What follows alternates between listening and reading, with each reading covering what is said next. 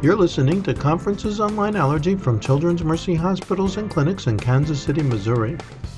Today is March 23, 2012, and I'm your host, Dr. Jay Portnoy. Our topic today, bone marrow transplants. Our presenter is Dr. Jagnish Dalal. He's the director of the Bone Marrow Transplant and Associate Professor of Pediatrics at Children's Mercy Hospitals and Clinics.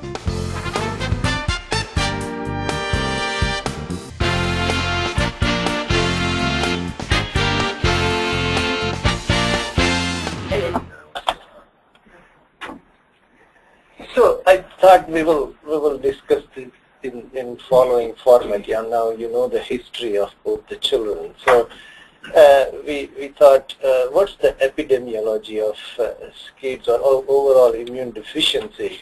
So actually, it turns out it's fairly common, and so this was the survey. I think this was published by Dr. Buckley, that how frequent immune deficiency is, and this was the household survey.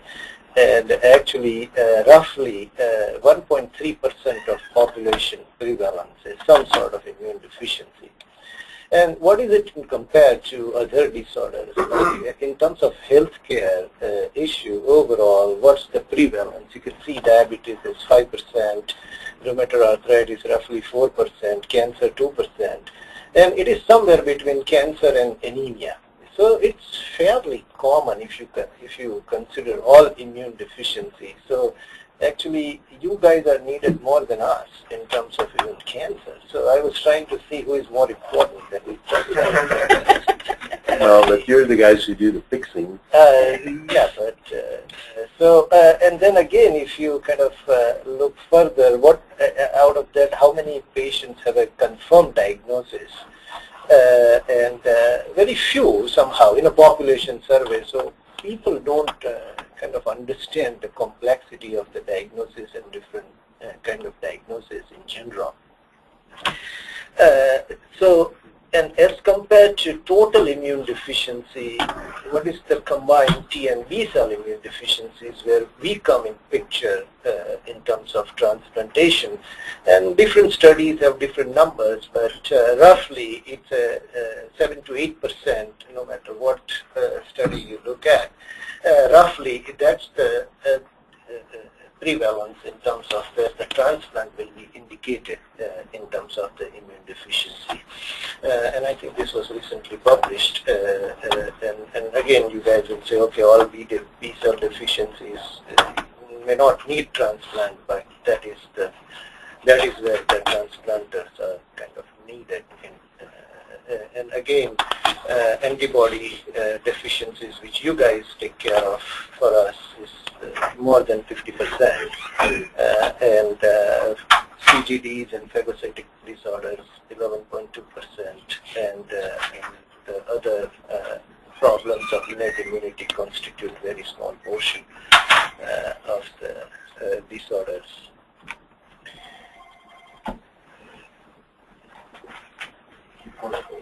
So Nikita said there are different genes.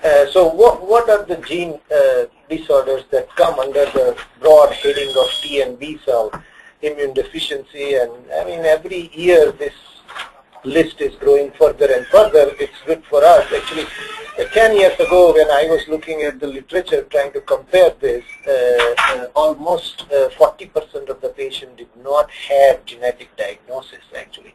But in one decade the situation has changed, and now almost 80 to 90% of the patients will have a genetic diagnosis. So that is why it is important to try to remember or have a table for reference that what are the possible gene disorders leads to the phenotypic manifestation of T or B cell or a combined deficiencies. And again, you guys are more familiar than me. It's a T negative B plus, as in this particular patient, T negative B negative. And then under that broad category, there are different gene disorders. And again, gamma chain deficiency has common gamma chain deficiency, or IR2RG, comes under T negative, B positive, NK positive, negative kind of a phenotypic scales. And again, in that category, the other differential diagnosis was entertained in this particular kiddo was JAK3 deficiency, CD45 deficiency, IL-7 alpha deficiency, CD3 gamma, CD3 delta, CD3 epsilon, CD3 zeta, Omen syndrome, RAG1, RAG2 deficiency, Artemis deficiency associated with some DNA breakage, ADA deficiency, reticular dysgenesis. This particular disease is important for hematologist oncologists because frequently after transplant they can present as MDS and they might require second bone marrow transplant further down the road. CD40 ligand deficiency, again important for hematologists because they can also come with the abnormal blood counts. And you might not see that, but that might be the first manifestation that we see as a presenting manifestation. Omen syndrome patient, again, Bridget and I had transplanted that Omen syndrome who presented with autoimmune hemolytic anemia rather than the many immune deficiency kind of features, which subsequently we found out. But again, there are immune deficiency here, which sometimes hematologist oncologists will see as a manifestation of abnormal hematologic system. So that is why it is important for us, and that is why the CBC, not only for the lymphocyte, but also for the other counts are important, and you have to look at it very carefully. And again, as I said, there is a long list, MSC class 2 deficiency, class 1 deficiency, CD8 deficiency, CD4 deficiency, and again, even all this. So this list keeps on growing, but this is important for genetic counseling purpose, and as well as nowadays, you all know that SCIDs also have a gene therapy. So it has become more important day by day to establish exact genetic kind of defect individual patient has more than ever before, kind of. So that pressure is increasing, but more and more tests are also available. So maybe you want to have this as a reference table and trying to compare some genotypic phenotypic manifestation also. So how typically one comes at diagnosis, and Nikita very well kind of ran through this, so there's nothing for me to add further. And again, there could be, in this particular patient, family history was very helpful, apart from the other test she described. So I don't want to go into the detail. This is a very old article and a very good table. When patients do not come with a classical manifestation, and if you notice the lymphocyte count, and most of you are familiar that lymphocyte count sometimes could be, if you pay close attention in the CBC, either in newborn or a neonatal period, and if that is low, your light should go up. That could be the early diagnosis of SCIDs. And I found this nice algorithm that if absolute lymphocyte count, some people say 2,000, some people say 2,500, some people say 2,800, whatever. But if it is less than 2,000, and this particular patient, it was around, I think, 2,000. But so this paper says if it is less than 2,800, yes or no. If it is no, no further evaluation if infant is clinically well. If it is yes, you might want to repeat CBC just to confirm that it's not just a fluke and it is real. And if it is yes, then you have to investigate for lymphocyte subsets as we did in this particular patient. If it is not, then no further evaluation. It looks so simple, but it is important to keep this in mind, kind of, because many times simple things are missed, and early diagnosis in SCID is very important. So this is a nice algorithm. I thought it looks too simple, but could be very useful. So presentation and diagnosis. This kid, we had a history, so there was nothing much in the presentation. So,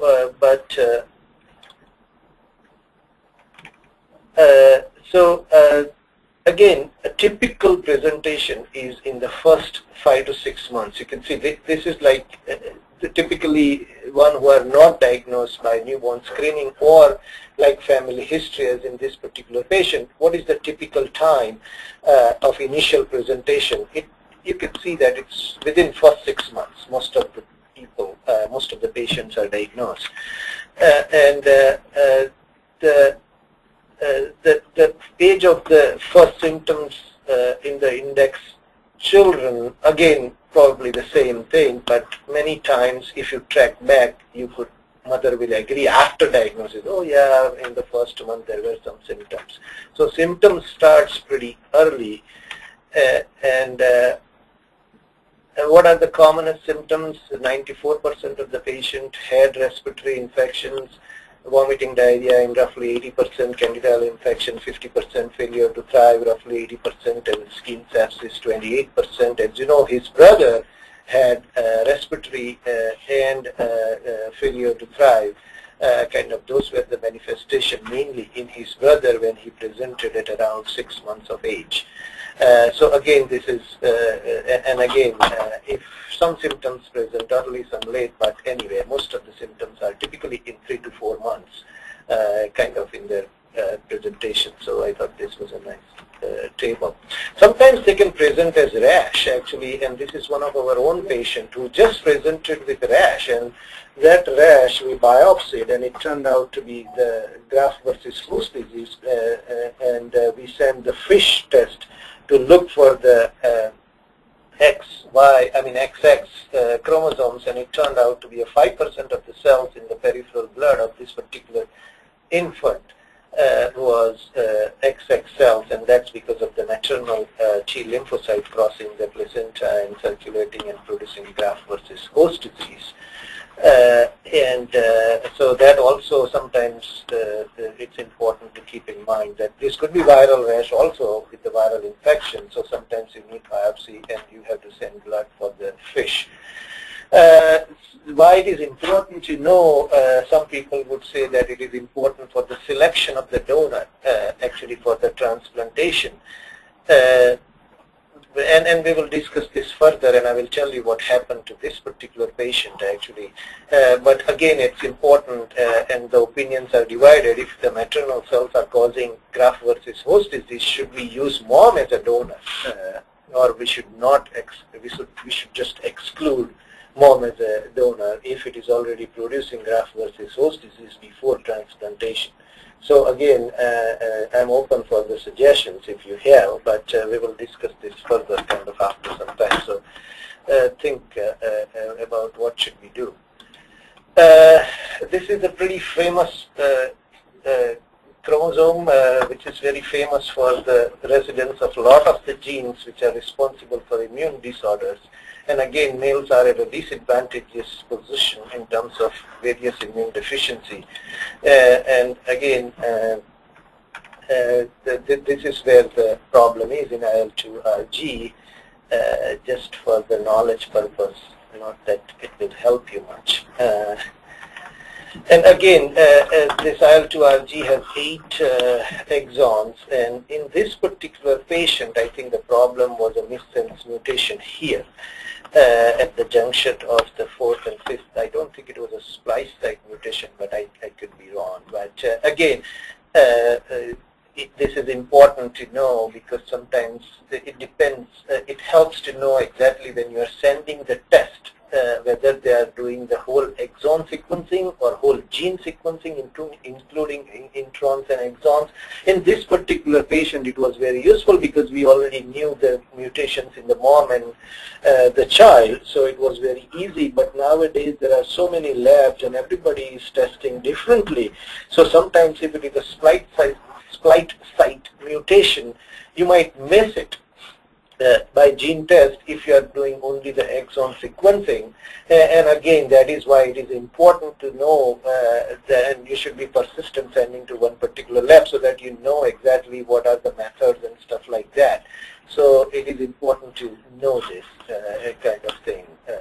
And again, sometimes the splice site mutation also, some people say it can lead to SCID, sometimes it may not lead to SCIDs, and there is a lot more detail about the introns and whether it can phenotypically lead to SCIDs or not. So it is important to discuss the result with the geneticist as well as the lab who is doing the test. But in this particular patient, it was fairly straightforward because we had the clinical manifestation as well as the previous mutation, and exact same mutation was found in this particular kiddo also, so life was relatively simple. Again, probably you know that common gamma chain is a common chain in terms of protein for a lot of cytokines, and including IL-2, IL-4, IL-7, IL-9, and IL-15. And as you know, that it leads to the transmissional transduction through JAK3 and STAT5 phosphorylation, and that is how it occurs. So, as we discussed in the previous table, that JAK3 mutation also leads to the same phenotype because it is connected, and again IL-7 alpha also leads to the same phenotype, kind of, because of the same at the end of the day, same kind of a transduction problem.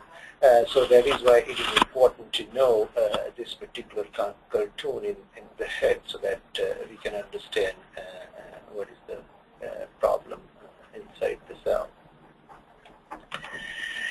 So once diagnosis is done, what should be the treatment before the transplant? And again, Nikita covered most of those things. So again, I don't have to go in glory detail, but isolation, limited contact with other young children, strict hand washing, no breastfeeding to prevent the transmission of the CMV.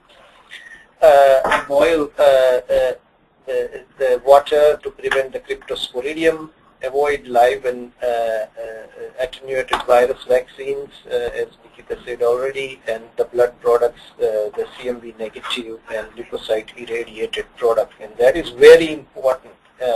This is, I cannot stress this more. I tell you, it sounds so simple here, but many times these particular things are forgotten middle of the night when you are kind of a first, second, third year resident, and you don't know this. So it is extremely important to put this in a bold letters when the consult comes to you.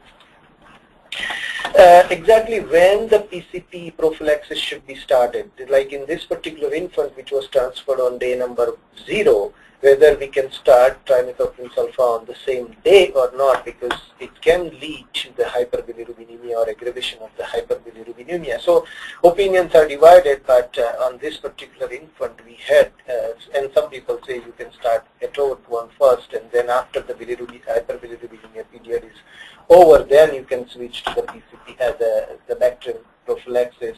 But anyway, if you start it, you have to carefully monitor the bilirubin as well as the AST, ALT, and that's what we did. This particular kid did have some elevation of AST and ALT around second or third week, but we continued giving, and it was fine, and he tolerated Bactrim well starting from get-go. Oral acyclovir we already discussed. Always remember that give pembrolizumab if this occurs in month of November to March. And this is often forgotten. And again, if I can stress this more, it will be very useful.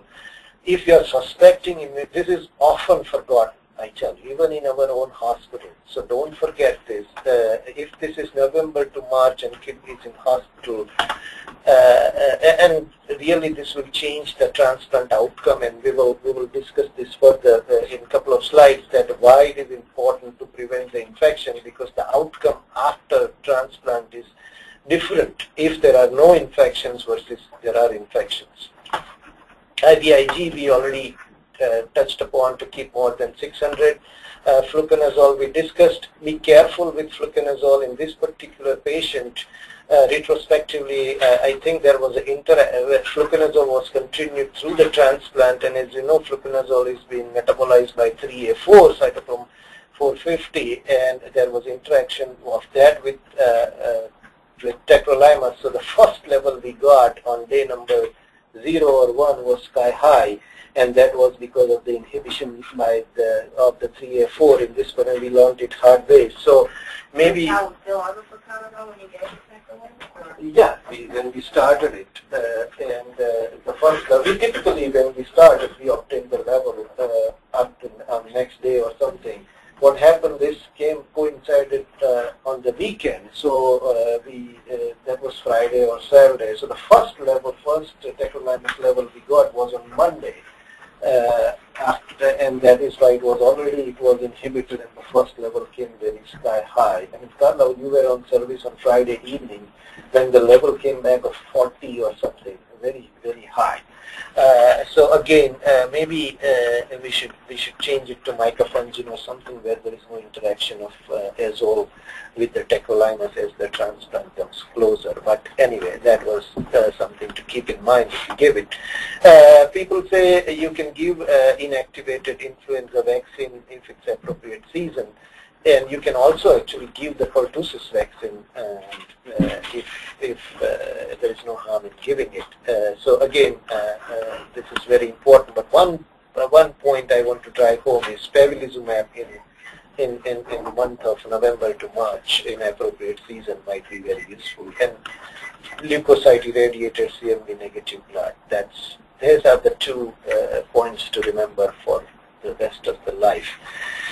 Infectious disease testing before the transplant, typically we send it for CMV, EBV, adenovirus, HHV6, hepatitis B, C, HSV1, 2, and then this is also our standard requirement for all the patients who undergo transplantation.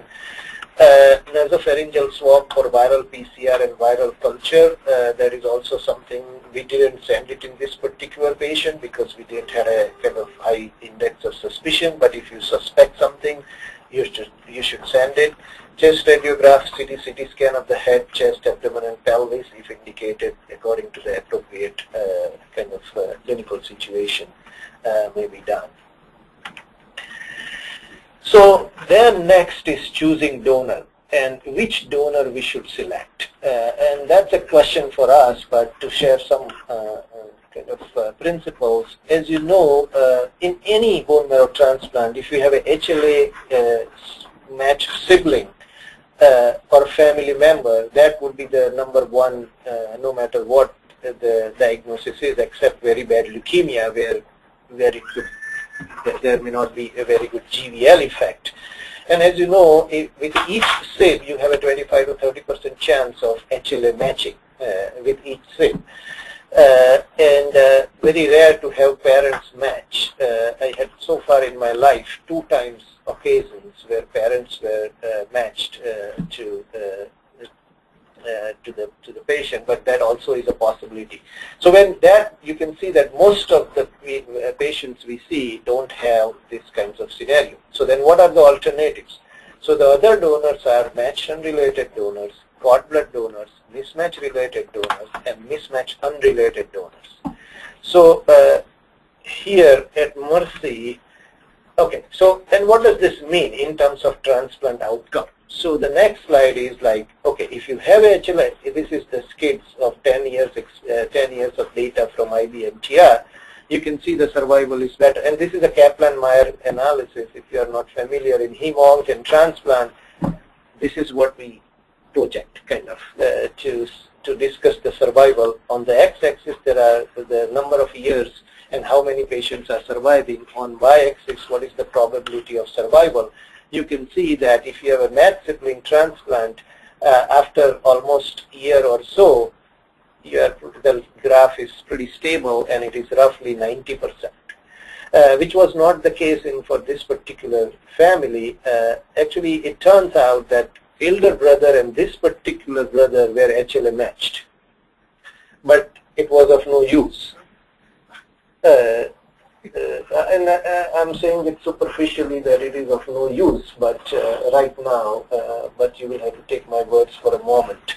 But if it is unrelated, and then so if you don't have that, we go to the NMDP's National Marrow Donor Program search and we try to find out unrelated donor. The survival is something like 70% for that particular decade. First for the parents and immediate family first, and then wait for that to come back, and then with patient. Okay, and then match, then go to the registry because it usually takes a couple of 7 to 10. Well, you can do a preliminary search in a few seconds of the unrelated donors because it only takes a few minutes to get it back because it's computer-driven searching of potential matches. You haven't invested any money yet or got confirmatory typing on the unrelated donors. It just takes a little while to get back a preliminary unrelated. Right, but you have to have your own HLA.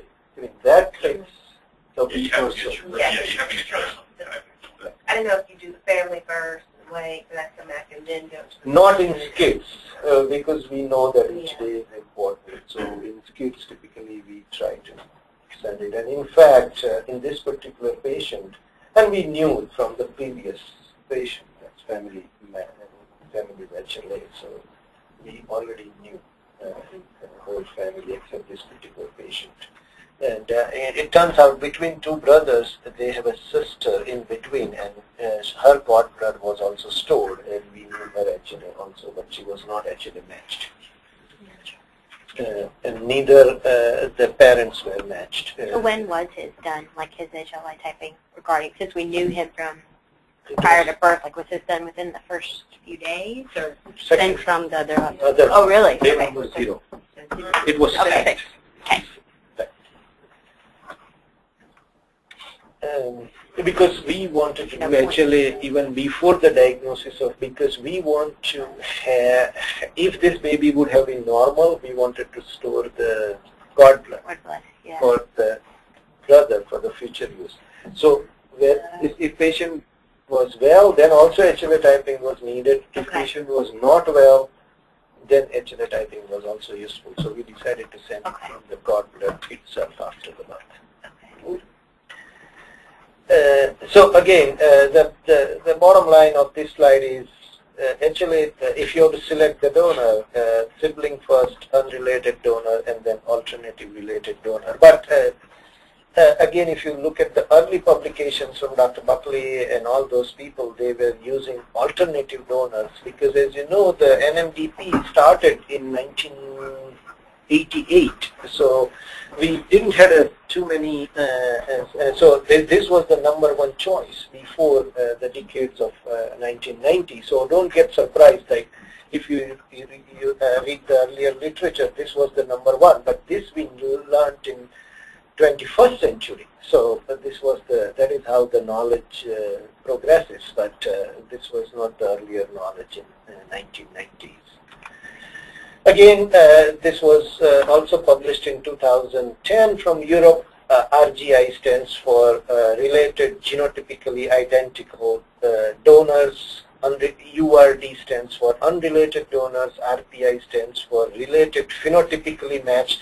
And remember, the phenotypic match and genotypic match, that terminology existed because this has to do with how we do HLA typing. In my days, we were doing the serotype, the serologic typing, and that is when if you are matched by serology, then it was called related phenotypical match. But nowadays, we are not doing much serologic typing. We have almost switched to the genotypic base. So this terminology is kind of obsolete, and this is the European paper. And MMR means not measles, mumps, rubella, but mismatch-related donors. So again, this is the European data, and again the same message that if you have a matched family donors, the outcome is better as compared to unrelated and mismatch-related donors. This was again Canadian data, and same thing, related donors, MUD, and then mismatch-related donors. And this was a single institution or a couple of institutions, but again the same message that is pretty much established that that is true. So what is our donor selection algorithm? So as I said, this is the first one, but this is not available in most of the situations. So the step 2 is MUD donor finding, but MUD donor also 10 out of 10 is a 50% chance for Caucasian, and if you are African American or Asian descent, then it is even lower than that. And it requires 6 to 10 weeks to search that and schedule the transplant and to find the donor and all those kinds of stuff. So that's why MUD looks good, outcome is good, but it takes some time. And there are more chances of graft versus host disease as compared to cord blood. And then as a second choice, we go to the cord blood, where you can find more than 80% of the time 6 out of 6 or 5 out of 6 or 4 out of 6 donors within 10 to 14 days. The good point about cord blood is you can get transplant accomplished at the end of the month or very fast. This is the fastest way you can do the transplant if you have a good cord blood donor. And the more times you can find that as compared to mud donors. And for this particular patient, we had a one possible 10 out of 10 mud donor, and we had a very good 5 out of 6 donors cord blood. And mismatch-related donors requires some processing, and it requires FDA and IRB approval, and it takes a month to go through all the processes if we have to do the T-cell depletion ex vivo. So it's a pretty cumbersome process in this country right now. And mismatch-related donor, again, we kind of, if all the options are not available, that is when we go to this option. But there are very high chances of graft versus host disease, and again it requires 4 to 6 weeks for the search. Yeah, I like that. If you want to use CD34 selected product on a CD34 selection device, any device that's approved in Europe but not here, you could do mismatch-related donor, off protocol technically by doing, a half blood transplant from a parent with something like post-transplant cytoxin or something like that. So technically no, but to do a real T-cell depletion or CD34 selection and use that device, you have to go through individual use or have a protocol already written for it in place. Right. We have done that actually here, but it's... Isolex used to have a machine that did that almost as well as an alternative device, but they stopped producing the antibody methods for it. So then, as I said before, if you go to the cord blood versus, these are the two options we are left with if you don't have these first two options. And many times, I can tell you, we are left with one of the two options, one of the three options as a third step. So then, which one you will select? Cord versus mismatch related, which one has a better outcome? And then this was just published recently, last month. What they did, Europeans compared the 175 SCID, T-cell immune deficiency transplants and 74 cord blood transplant, and asked the simple question, which one has a better survival? And both had relatively equal survival without much statistical significance in terms of long-term survival. And again, that is around 60%, give and take some. You can see. So again, that is a very good article actually, and with a very large number of patients, and gives you a concrete kind of a message. And this is reassuring partly because then you don't have to kind of sweat too much if you can't get this done in a timely fashion, but have the similar chances of outcomes if you select the cord blood. So the only two powers are cord blood then, just because you can get a transplant faster and it's a cumbersome process? Yeah, that's... Sometimes you can get a parent mobilized in a week, using 5 days of G and all that if you have HLA typing. So it can be a wash in some circumstances. But then you can have donor first, the administrating the FDA stuff and that thing. If you don't have a protocol open, as they say, then it takes longer. Yeah. And you have availability of cells afterwards. If you have foreign engraftment or failure of engraftment, you have to have a parent donor still around. Right. So there are advantages and disadvantages to both. The cord blood, it's one-time deal. That's it. You cannot have further cells or anything like that versus mismatch related or unrelated. You can ask for next time if first time it doesn't take some infection or what have you. So there are some advantages and disadvantages. It's not that simple as I indicated earlier that transplant is simple. And you can call the FDA with tears in your voice if your cord blood gets lost in the mail, or it dumps or it did. So, it's never happened, but if you had your plan B, you could be an emergency. It's going to have an IND? Yeah, that's the other device. So it has its own plus and minus. So then in cord blood, is the survival different if the matching is different? And according to this article, if you have a 6 out of 6, the survival is roughly 76%. If you have 5 out of 6, 62%, and 3 to 4 out of 6. Remember, in cord blood we do matching at 6 different alleles or /antigens. In unrelated we do it at 10 different alleles. But again, better the match, better is the outcome. That's the message here. And again, that is why average comes to 60% because you have on both the sides. Most of the time, in our experience, 60–70% of the time we can find this.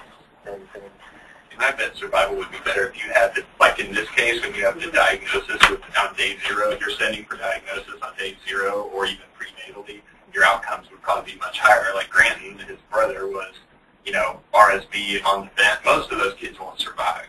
Those won't survive when they're finally diagnosed. But I bet if you could get the diagnosis earlier, your survival would be much better, even with these alternative donor And was sources. there a thought for that, like in terms of like during the pregnancy, like obtaining, Yeah, we actually offered the antenatal diagnosis to this Amnio particular mom, Yeah. and she refused. We tried for a few weeks. and just she do amnio, or what would you do? Yeah, she Or did yeah. not let us know in the first trimester. She let us know in the second trimester, and then we said we can still do amnio, and she said no.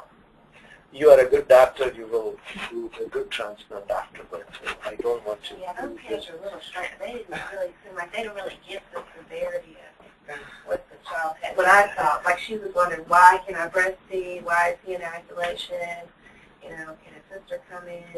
Because presumably if you got it at amnio, I mean, you could have HLA type before the kid was even Yeah, but it born. would have not changed the outcome They much. had a previous child who was very, very sick. Yeah, I think that also affected. Effective, right? Yeah. Everything else was so easy to them. Yeah. They have gone through so much of the Yeah. previous child that he was almost DNR. Yeah, I know. Few weeks. Yeah. It's a done deal, and so this looked so easy to them. Doug asked and the other thing is, transplant is one thing, but how many patients we have to ask the question which you were asking, that is it common to have IVIG dependency? And in this particular article, they say that what are the chances that if you have a cord blood transplant versus mismatch-related transplant that you will be off IVIG supplementation, I mean, sometime in 1 or 2 years, not lifelong. And you can see that 31% of the patient in this mismatch-related donor versus cord blood that way is good because the chances of getting off IVIG is higher with that cord blood as compared to mismatch-related donor.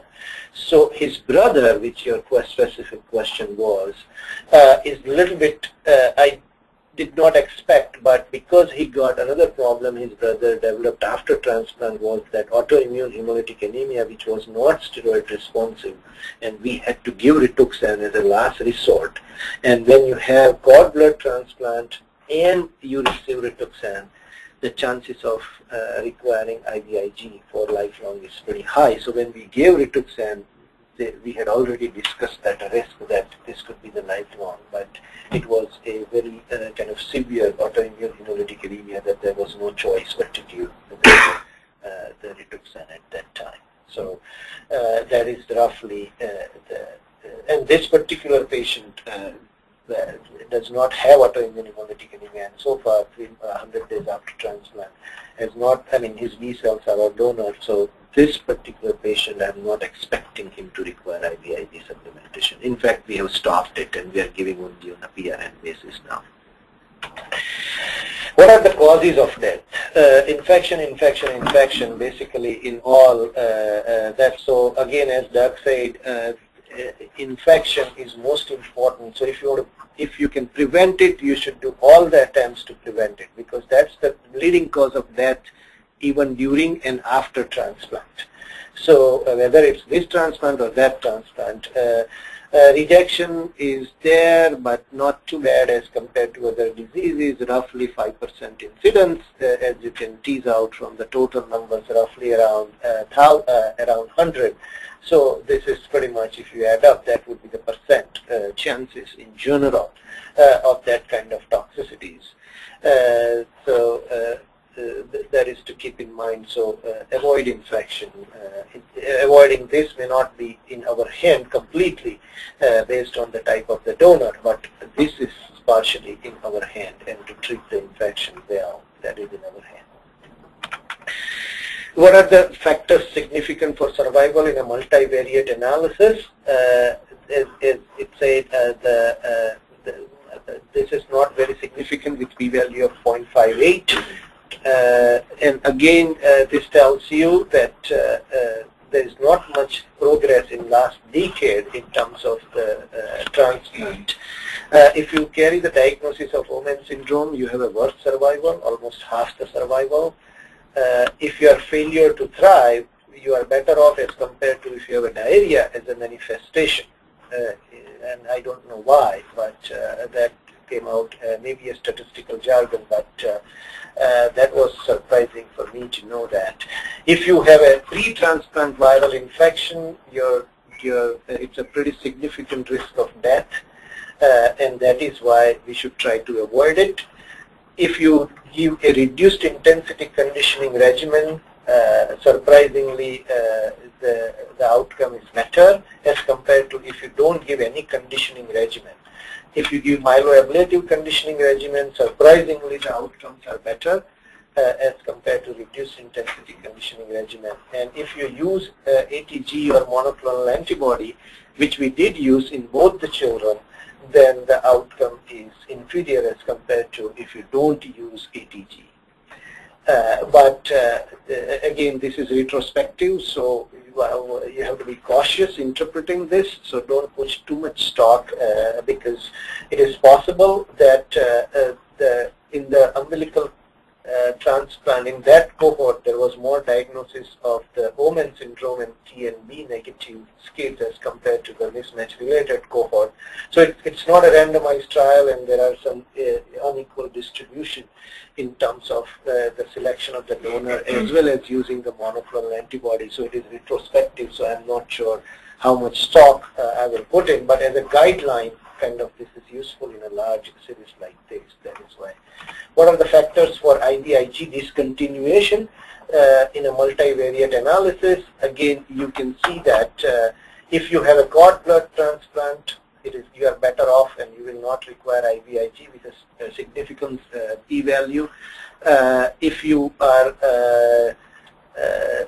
a pre-transplant viral infection, and again, Granton, his brother, also had two infections pre-transplant that might, and I don't know what is the exact mechanism unless that you have any hypothesis that if you have an infection, you are more likely to require IVIG.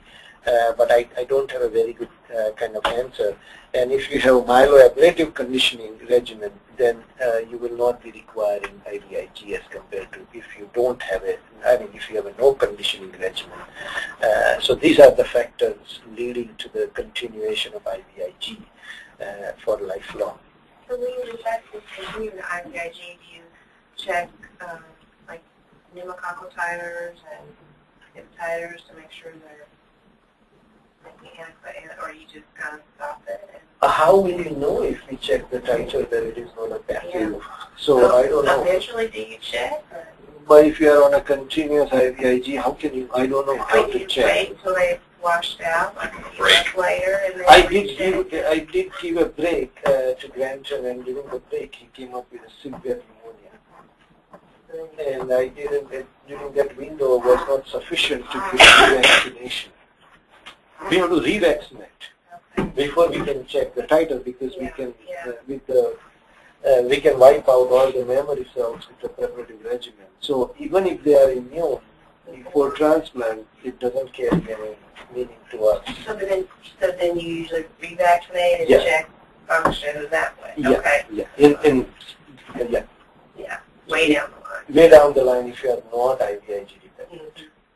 In Granton, we did the bacteriophage testing actually. to answer that question.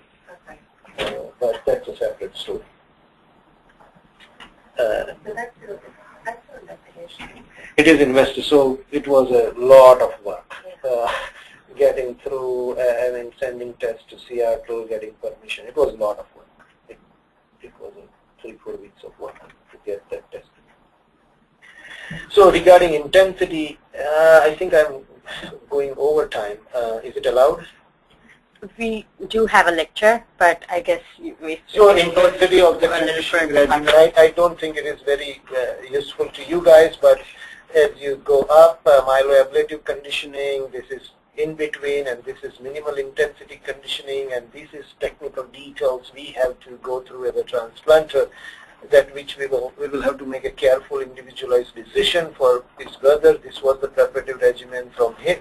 For him, it was somewhere around this in terms of the intensity, because he was in a good condition to tolerate that. So it was kind of, it's a kind of a little judgment call, but anyway, it's an arbitrary decision.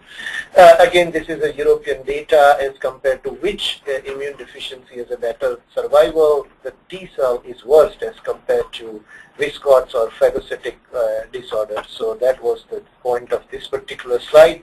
This is a busy slide. What are the other factors responsible for survival? Again, I don't have a lot of time, but you can see that year of transplant may be significant. If in the 21st century we became a little smarter.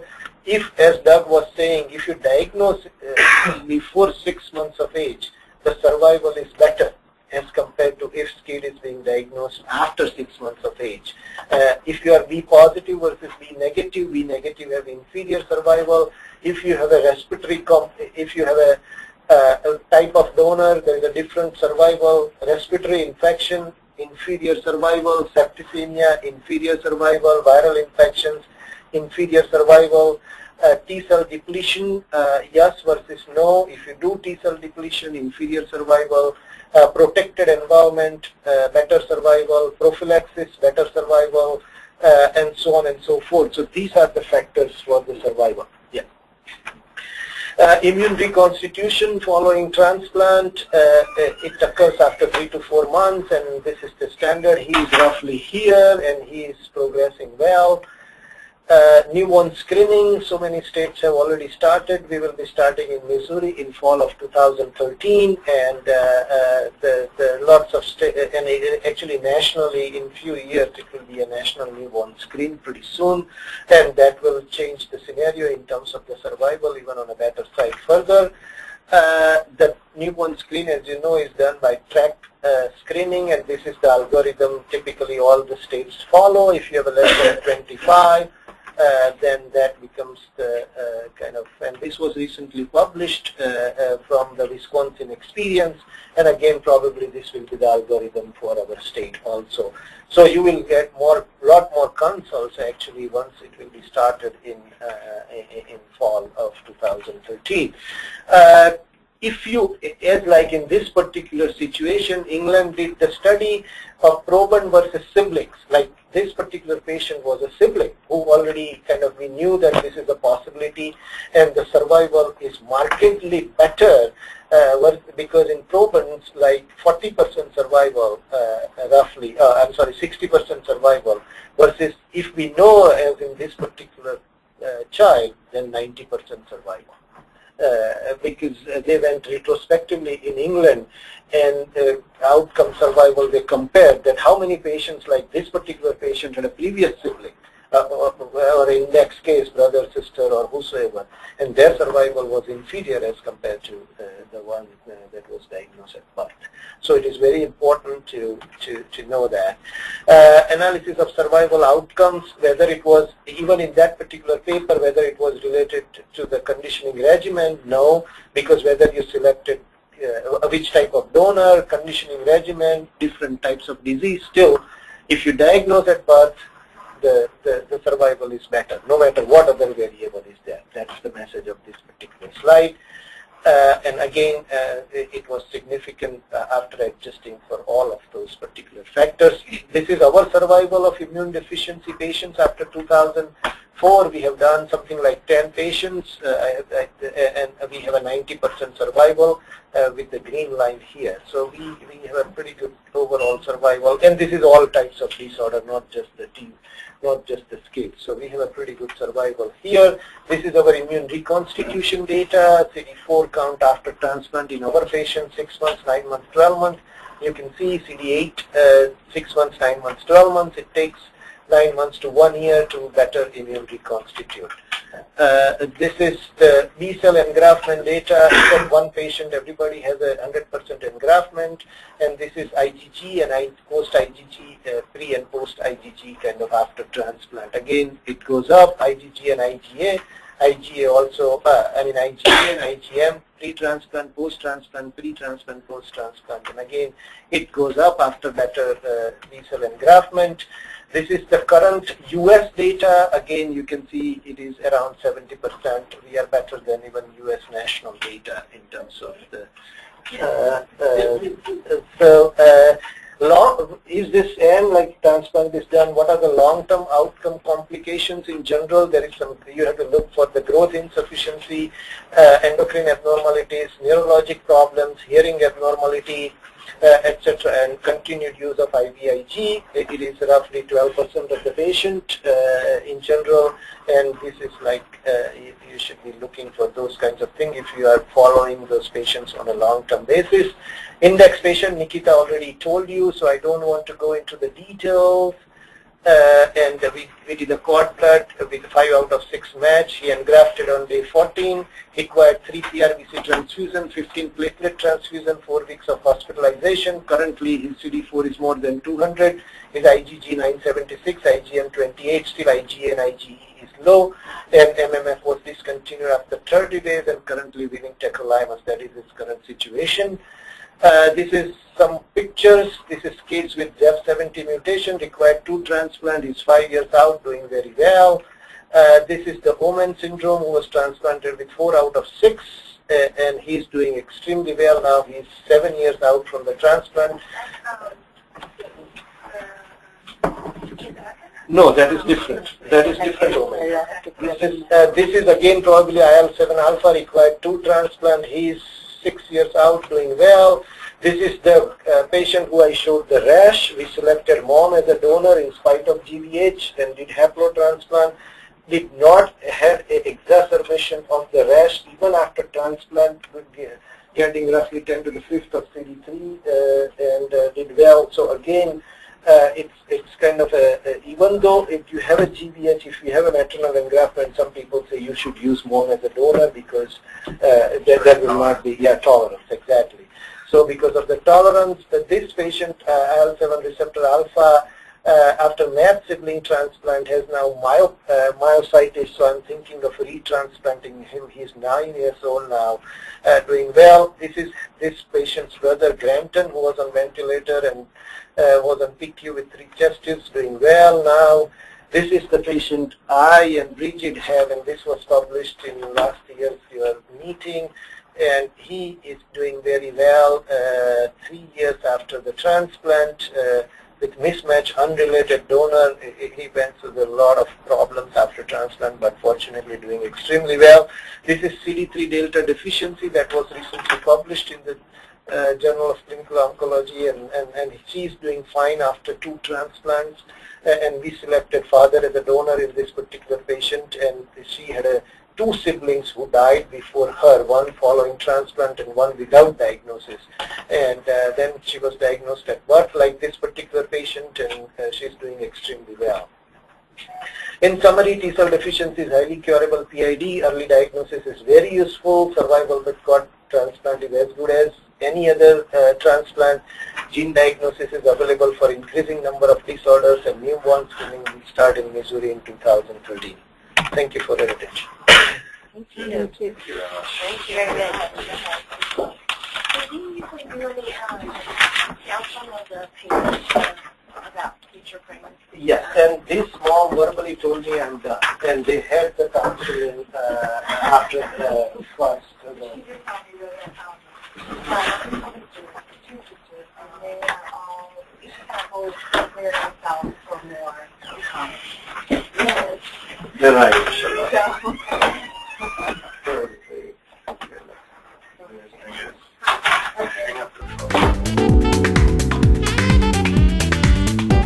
This has been an ACAAI production. To learn more about Conferences on Lyme Allergy or the American College of Allergy, Asthma, and Immunology, go to www.acaai.org.